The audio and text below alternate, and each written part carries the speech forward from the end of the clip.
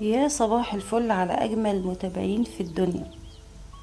تعالوا نعمل مع بعض بقى سمنة من غير ما نشتري زبدة ومن غير ما نشتري أي حاجة. معايا دلوقتي كيلو وربع من السمنة وعلبة مرتة. بصراحة يعني حاجة عظمة. زي ما احنا عارفين كلنا بنشتري اللبن بكميات مختلفة حسب الحاجة بتاعتنا يعني. فأنا بشتري أي لبن عايزة بشتريه بالليل وبغليه وبحطه في التلاجة لغاية الصبح. لما بيسقع بيتكون عليه كده طبقة قشطة سميكة شوية زي ما احنا هنشوف دلوقتي.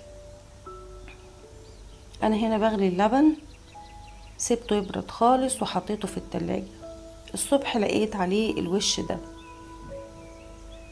بحاجة كده مخرمة، ببدأ ان انا اصفي وش اللبن واطلعه من على اللبن.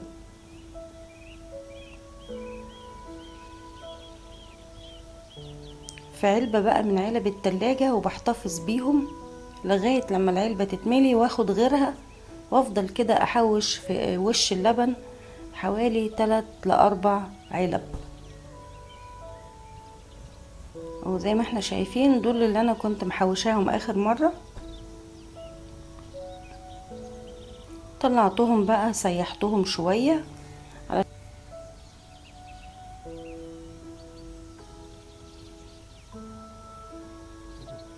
سايحة خالص طبعا، وجميلة جدا لانها من قشطة اللبن البلدي.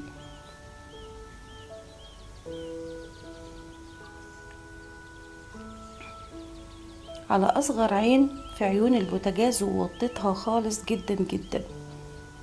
حطيت بقى حلة وفضيت فيها قشطة اللبن.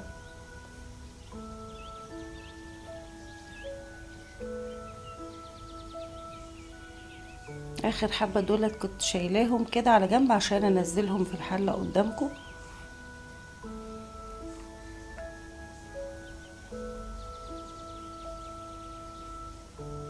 في ناس طبعا بتعملها بطريقة تانية، اللي هي تضرب الاول، تجيب كوباية مية كده ساقعة وتضربهم بالمضرب لغاية لما يلفوا حوالين بعض ويبقى شكلهم عامل زي الزبدة. بس طبعا بتاخد وقت في الضرب وبتاخد وقت برضو في تسييح الزبدة.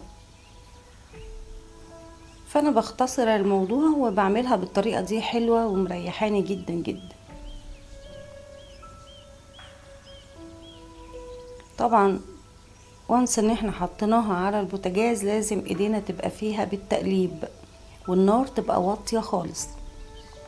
ما تقلقوش خالص لو هي اخدت معاكم كام ساعة يعني، لان دي تبقى حاجة طبيعية في تسييح الزبدة او القشطة ان هي تطول شوية على البوتاجاز، وخصوصا ان احنا موطيين البوتاجاز قوي. المرحلة الكريمية دي هي اطول مرحلة هتشوفيها في تسييح القشطة. وبرضو ما تقلقوش من النقط البني اللي هتطلع، دي الحاجات اللي انتوا كل ما تقلبوا بتبقى لازقة من تحت. ممكن تاخد مثلا من 6 ل8 ساعات على البوتاجاز. عشان كده اليوم اللي تبدأي فيه ان انت تسيحي القشطة لازم يبقى يوم انت فاضية فيه، وما تجيش تعمليها بالليل وقت ما خلاص هيخش وقت النوم.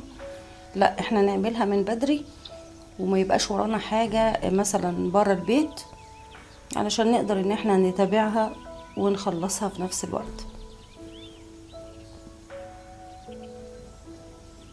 انا اليوم ده صحيت بدري، حطيتها على البوتاجاز، كنت مطلعاها من بالليل برا التلاجة لغاية لما ساحوا، والصبح بدري حطيتهم كلهم على البوتاجاز وبقيت موجودة يعني في البيت قدامهم كل شوية بقلب وبحرك الخليط كله. في المرحلة دي بدأت تعمل سمنة، وكل ما كنت ادخل المطبخ كنت بعلي النار شوية واقعد اقلب ما بسيبهاش ابدا والنار عالية. ولما اجي اسيبها لازم طبعا ارجع تاني اوطي النار.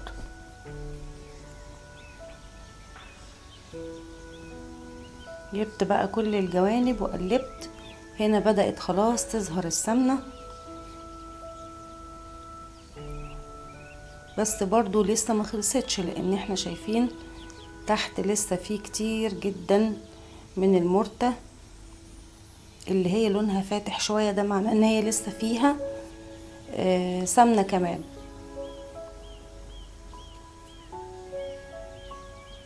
ما يهمكيش خالص من الحاجات البني اللي ظهرت في المرتة دي، عادي، دي ممكن من النار تحتها، بس ايه ساعات في حتت كده بتبقى لازقة من تحت، لكن هي مش بتغير من طعم المرتة او اي حاجة يعني.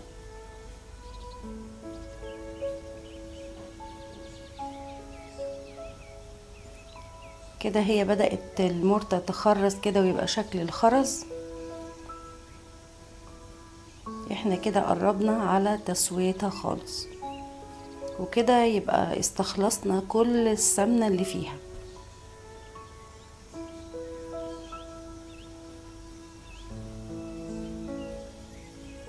طعمها وريحتها فعلا سمنة بلدي جدا جدا جدا.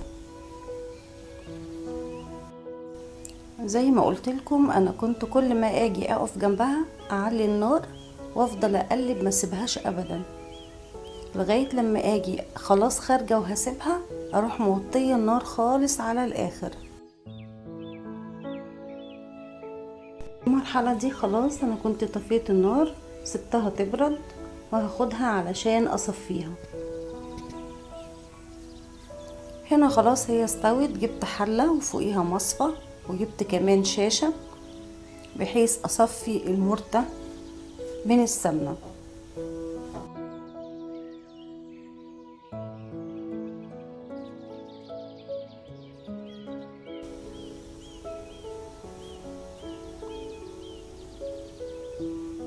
اتصفت خالص من السمنه، بشيلها وبحطها في علبه لوحدها.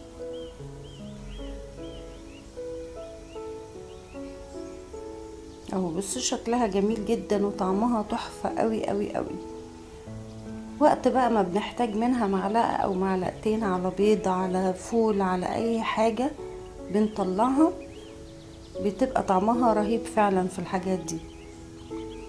ودي السمنه بتاعتنا بقى، طبعا احلى جدا جدا من اي سمن صناعي او زيوت او اي حاجه تانية، لانها بتبقى حاجه طبيعيه جدا، وطبعا مش مكلفه خالص، يعني كيلو وربع من السمنه من غير ما ندفع اي فلوس. هنا انا كنت عقمت البرطمانات خلاص ونشفتهم جدا من الميه، لازم ما يكونش فيهم اي ميه خالص، وحطيت فيهم السمنه. طبعا مش قادره اقول لكم على ريحتها وطعمها قد ايه جميله فعلا. يا ريت تكون عجبتكم ويا ريت يكون عجبكم الفيديو، وشكرا جدا على متابعتكم. ما تنسوش تدعموني بالسبسكرايب واللايك، ميرسي جدا، واشوفكم الفيديو الجاي على خير ان شاء الله. باي باي.